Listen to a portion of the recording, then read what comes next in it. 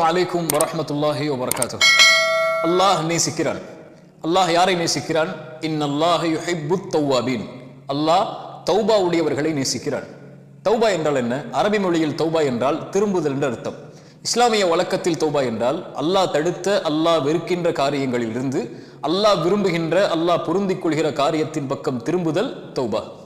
அல்லாஹ் ரப்புல் ஆலமீன் இந்த தௌபாவை எல்லோருக்கும் அல்லாஹ் கடமையாக்குகிறான். வதூபு இலல்லாஹி ஜமீஅன் அய்யுஹல் முஃமினூன் லஅல்லக்கும் துஃப்லிஹூன்.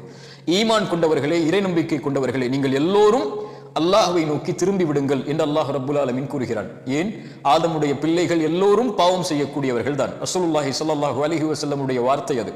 ஆதமுடைய பிள்ளைகள் எல்லோரும் பாவம் செய்வார்கள், ஆனால் அதில் சிறந்தவர்கள் அல்லாஹ்வை தௌபாவின் மூலமாக மீள்பவர்கள் என்று அல்லாஹ்வுடைய தூதர் சொன்னார்கள். இந்த உலகத்தில் படைக்கப்பட்ட மனிதன் பாவம் செய்வான், படைத்த ரப்பு அதை மன்னிப்பான். இந்த சுழற்சி முறை உலகம் முடியும் வரை நடந்து கொண்டே இருக்கும். ஆனால் அல்லாஹ் பாவ மன்னிப்பை செய்வதில் இருந்து அல்லாஹ் ரப்புல் ஆலமீன் தேவையற்றவன். ஆனால் அல்லாஹ் அதை விரும்பி செய்கிறான்.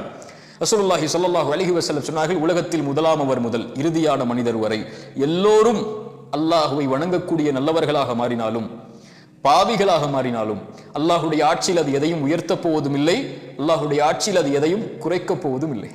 மனிதன் பாவம் செய்வான், அல்லாஹ் ரப்புல் ஆலமீன் மன்னிப்பான். ரசூலுல்லாஹி ஸல்லல்லாஹு அலைஹி வஸல்லம் சொன்னார்கள், அஸ்னப அப்துன் தம்பா. ஒரு அடியான் பாவம் செய்கிறான், அது நானாக இருக்கலாம், நீங்களாக இருக்கலாம். பாவம் செய்கிறான், பாவம் செய்ததற்கு பிறகு இறைவனிடத்திலே வருகிறான். இறைவா, நான் பாவம் செய்து விட்டேன், நீதான் என் பாவத்தை மன்னிக்க முடியும் என்று கேட்கிறான். இறைவன் சொல்கிறான், நான் ஒருவன் தான் பாவங்களை மன்னிக்க தகுதியானவன் என்று இவன் என்னை அழைக்கிறான், நான் அந்த பாவத்தை மன்னிக்கிறேன். இரண்டாவது முறை மீண்டும் வருகிறான். இறைவா, மீண்டும் அதே பாவத்தை செய்து விட்டேன். அல்லாஹ் சொல்கிறான், நான் ஒருவன் தான் பாவங்களை மன்னிக்க தகுதியானவன் என்று இவன் இடத்திலே வருகிறான், இவன் பாவத்தை மன்னிக்கிறேன். மூன்றாவது முறையும் வருகிறான். மனிதன் பலகீனமானவன் என்று அல்லாஹ்விற்கு தெரியும்.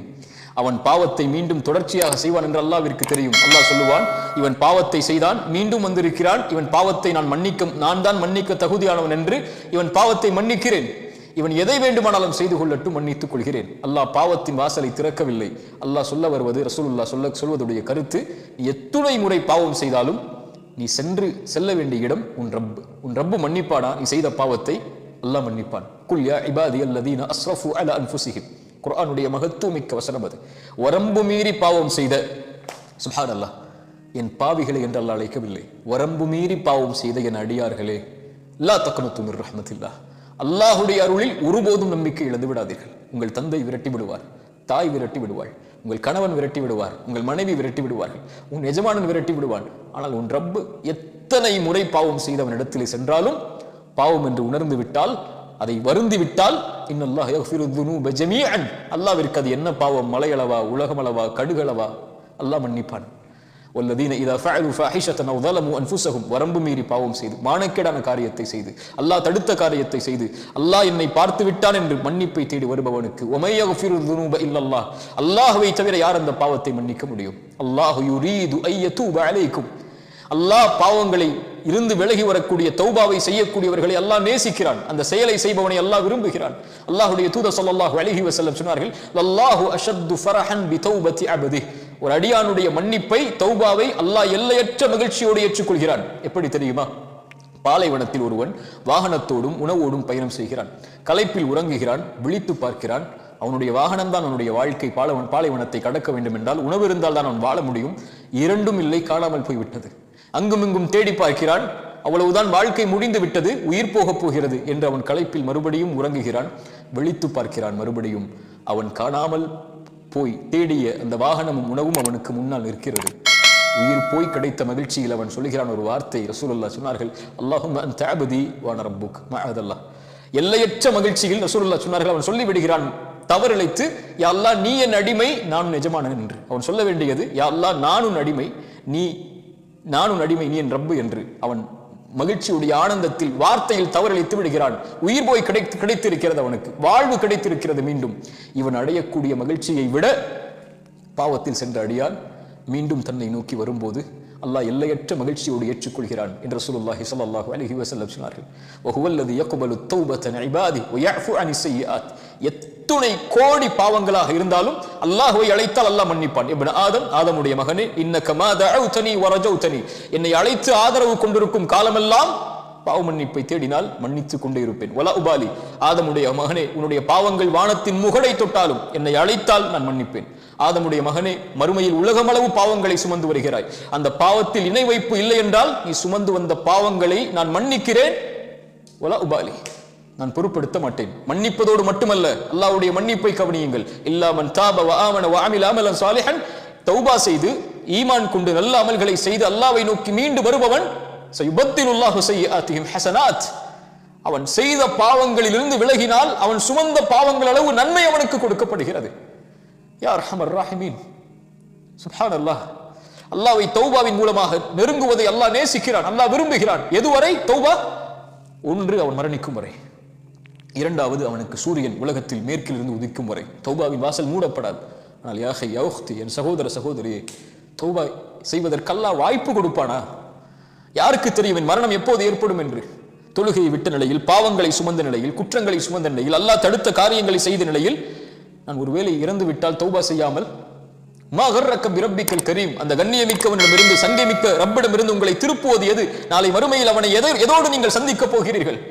அந்த கண்ணியமிக்கவனை எந்த பாவத்தோடு, குற்றத்தை சுமந்த நிலையில் அல்லாஹ்வை பார்க்க போகிறீர்கள்? அந்த பாவத்திலிருந்து முழுவதுமாக விலகி அல்லாஹ்விடத்திலே தௌபாவின் மூலமாக அணுகி இருந்தால் சுத்தமான நிலையில் ரப்பை பார்ப்பீர்கள். தௌபா செய்யாமல் அல்லாஹ் உங்களுக்கு மரணத்தை கொடுத்திருந்தால் எந்த நிலையில் ரப்பை சந்திப்பீர்கள்?